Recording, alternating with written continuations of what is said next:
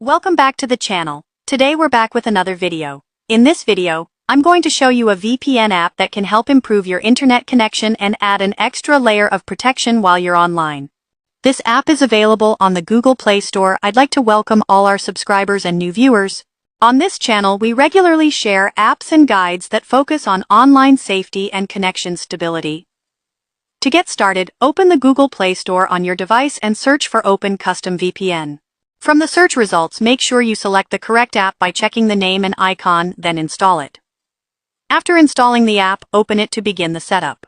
If you're new to the channel, please subscribe and share this video so you don't miss our future content. Once you reach the home screen, you'll need to adjust a few settings. Tap on the three dots in the top right corner and select Check Updates.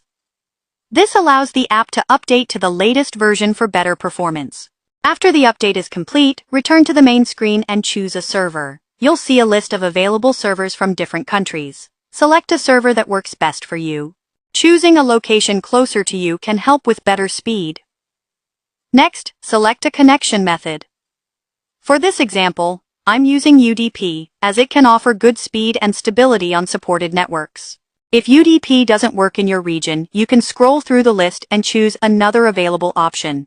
After that, tap on Add Time. This step is important because if the app runs out of time, the connection will stop.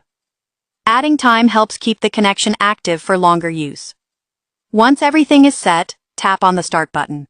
The app will connect and your internet connection will be active with added protection. That's how you can set up Open Custom VPN to improve your connection while browsing the internet. If you found this video helpful, please like it, share it, and subscribe to the channel for more useful content. Thanks for watching, and I'll see you in the next video.